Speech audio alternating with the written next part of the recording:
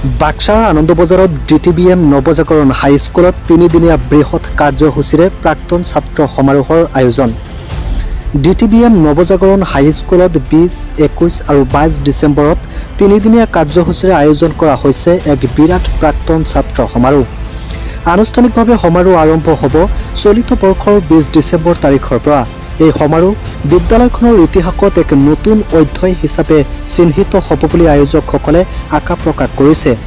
এই অনুষ্ঠানৰ অংশ হিচাপে বিদ্যালয়খনৰ পৰা এখন বিশেষ আলোচনী প্ৰকাশ কৰা হ'ব। আলোচনীখন বিদ্যালয়খনৰ গৌৰৱময় ইতিহাস, প্ৰাক্তন আৰু বৰ্তমানৰ ছাত্ৰ ছাত্ৰীসকলৰ মনোমোহা অভিজ্ঞতা আৰু সৃষ্টিৰ সংকলন হৈ উঠিব।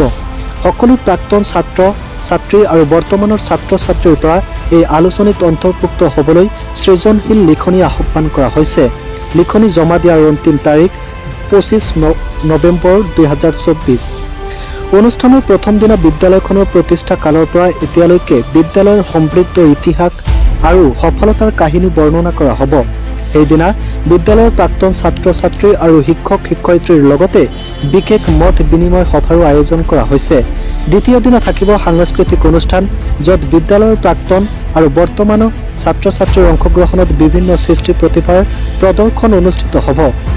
সেইদিনা কিছুমান বিশেষ অতিথি, প্ৰতিষ্ঠানৰ পূৰ্বৰ সফল প্ৰাক্তন ছাত্ৰ ছাত্ৰীসকল আৰু অঞ্চলটোৰ গণ্যমান্য ব্যক্তিসকলে অংশ ল'ব। একদিনা বিদ্যালয়খনৰ উন্নয়ন কাৰ্যসূচী আৰু প্ৰাক্তন ছাত্ৰ ছাত্ৰীসকলৰ মাজত এটা স্থায়ী সংযোগ মজবুত কৰি তোলাৰ লক্ষ্যে বিশেষ আলোচনা সভা অনুষ্ঠিত হ'ব। অনুষ্ঠানত বিদ্যালয়খনৰ উন্নতিৰ বাবে প্ৰাক্তন ছাত্ৰ ছাত্ৰীয়ে নতুনভাৱে সহায় সহযোগিতা আগবঢ়াবলৈ আগ্ৰহী হৈছে। প্ৰাক্তন ছাত্ৰ ছাত্ৰীসকলৰ সৃষ্টিৰ ভঁৰাল পূৰ্ণ কৰিবলৈ এই সমাৰোহৰ এক বিশেষ ভূমিকা থাকিব বুলি আয়োজকসকলে উল্লেখ কৰিছে। এতিয়ালৈ এই ধৰণৰ উন্নয়নমূলক বৃত্তান্তই অঞ্চলৰ বৌদ্ধিক উন্নতিৰ ক্ষেত্ৰত আশাব্যঞ্জক সঁহাৰি যোগাইছে। ব্যুৰো ৰিপৰ্ট, পাব্লিক টক্স 24 নৰ্থ ইষ্ট। আমাৰ এইখন আনন্দবজাৰ অঞ্চলত হয়তো আপোনালোক আমাৰ মাজত আহি পোৱাৰ কাৰণে আমি আপোনালোকক সাংবাদিক বন্ধুসকলক আমি ধন্যবাদ জনাইছো। আমাৰ এই আনন্দবজাৰ অঞ্চলত আমাৰ ভোকামাৰীত স্থিত নৱজাগৰণ MU হাইস্কুল স্থাপন কৰা হৈছিল 1965 চনৰ পৰা। হাইস্কুল স্থাপন কৰিছিল 1981 চনৰ পৰা। আৰু এইখন বিদ্যালয়ৰ পৰা আমাৰ বহুতো সংখ্যক ছাত্ৰ ছাত্ৰী ইতিমধ্যে এইখন বিদ্যালয় অতিক্ৰম কৰি তেওঁলোকে হয়তো বিভিন্ন দিশত সংস্থাপিত হৈছে। কিছুমানে চাকৰি, কিছুমানে বিজনেছ, খেতি বাতিৰ লগত জড়িত হৈছে।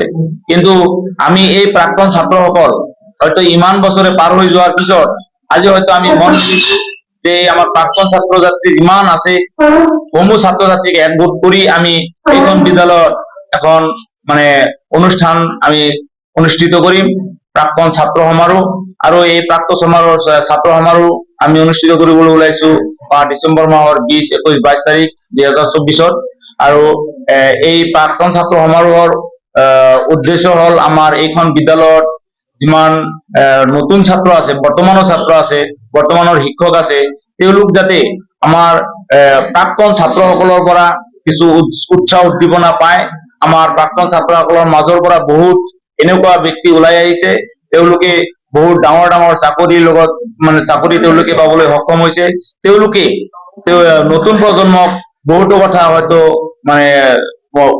তেওঁলোকে আমাক নতুন প্ৰজন্মক বহুত কথা তেওঁলোকে আগবঢ়াই নিয়াৰ কাৰণে ক'ব।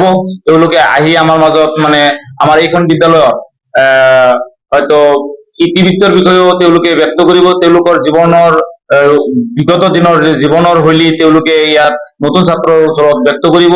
আৰু এইখন বিদ্যালয়ক শিক্ষাৰ ক্ষেত্ৰত আগুৱাই নিয়াৰ কাৰণে যি পদক্ষেপসমূহ আছে সেই পদক্ষেপসমূহ হয়তো তেওঁলোকে আমাৰ মাজত তেওঁলোকে উপদেশ হিচাপে আগবঢ়াব। আমি আমাৰ প্ৰস্তুতি ইতিমধ্যে আমি খৰতকীয়াকৈ প্ৰস্তুতি আমি আৰম্ভ কৰিছো। আমাৰ প্ৰস্তুতি তীব্ৰ গতিত চলিছে।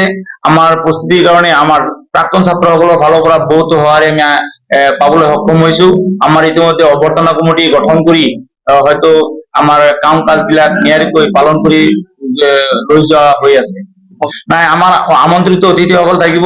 আমাৰ প্ৰাক্তন ছাত্ৰসকলৰ মাজৰ পৰা বহুত এনেকুৱা ব্যক্তি আছে তেখেতসকলে হয়তো অন্যান্য জায়গাত চেলিব্ৰিটি হিচাপে তেওঁলোকক আমন্ত্ৰণ কৰা হয়। এইটো আমাৰ সুখৰ বিষয় যে আমাৰ এই স্কুলৰ পৰা প্ৰাক্তন ছাত্ৰ বহুত ওলাই গৈছে, তেওঁলোক বিভিন্ন ঠাইৰ চেলিব্ৰিটি, তেওঁলোকক আমি মাতিম, তেওঁলোকৰ লগত আমাৰ এই অঞ্চলৰ যিবিলাক চেলিব্ৰিটি আছে তেওঁলোকক আমি মানে আমন্ত্ৰণ কৰিম। বিশেষ ব্যক্তি আছে আমাৰ হয়তো বহুতো নেতা কৰ্মী আছে, তেওঁলোকক আমি আমন্ত্ৰণ কৰি আমাৰ হয় সাংস্কৃতিক সন্ধিয়াৰ কাৰণেও আমি ৰিহাৰ্চেলৰ মানে ব্যৱস্থা কৰিছো, যে সেই ৰিহাৰ্চেলৰ জৰিয়তে মানে আমাৰ বাছনি কৰি মানে দক্ষ যিবিলাক মানে শিল্পী আছে তেওঁলোকক বাছনি কৰি আমি আমাৰ 20-21 তাৰিখত তেওঁলোকক আমি মানে প্ৰতিভা প্ৰকাশ কৰাৰ কাৰণে আমি হেৰি মানে আমাৰ কাৰ্যসূচী মুখ্য কাৰ্যসূচী 20-21-22 তাৰিখ ডিসেম্বৰ আৰু আমাৰ 15 তাৰিখৰ পৰা লাইভ উঠা স্থাপনৰ জৰিয়তে বাকীবিলাক কাৰ্যসূচী আমাৰ স্থাপন হ'ব। কিন্তু বিশেষ কথা আমাৰ এখন মেগাজিন, ব্যয়বহুল এখন মেগাজিন আমি মানে বাহিৰ কৰি উলিয়াম বুলি মন মেলিছো, আৰু সেই মেগাজিনৰ কাৰণে আমি হয়তো বিভিন্ন ঠাইৰ পৰা বিভিন্ন লিখনি আমি বিভিন্ন ব্যক্তিৰ পৰা আমি বিচাৰিছো, তেওঁলোকে যাতে আৰু আপোনালোকৰ প্ৰচাৰ মাধ্যমৰ জৰিয়তে আমি অনুৰোধ জনাম যে কোনোবাই যদি আমাৰ প্ৰাক্তন ছাত্ৰ হওক বা তেওঁলোকে আমাৰ স্কুলত প্ৰাক্তন ছাত্ৰ নহলেও কোনোবাই যদি বিচাৰে লিখনিসমূহ গল্প কবিতা কুইজ আদি কৰি লিখনিসমূহ যাতে আমাৰ মানে এইখন বিদ্যালয়ৰ যিটো ছাত্ৰ সমাৰোহৰ যিজন মানে আলোচনী সম্পাদক আছে তেখেত আকাবৰ আলী, তেখেতক যোগাযোগ কৰি তেখেতৰ হাত নাই আমাৰ এই অনুষ্ঠানখন চলাবলৈ গ'লে 6 পৰা 7 লাখ টকা আমাৰ মানে বাজেট আমি মানে ভাবিছো যে লাগিব বুলি ভাবিছো, ধাৰ্য কৰা হৈছে প্ৰায়।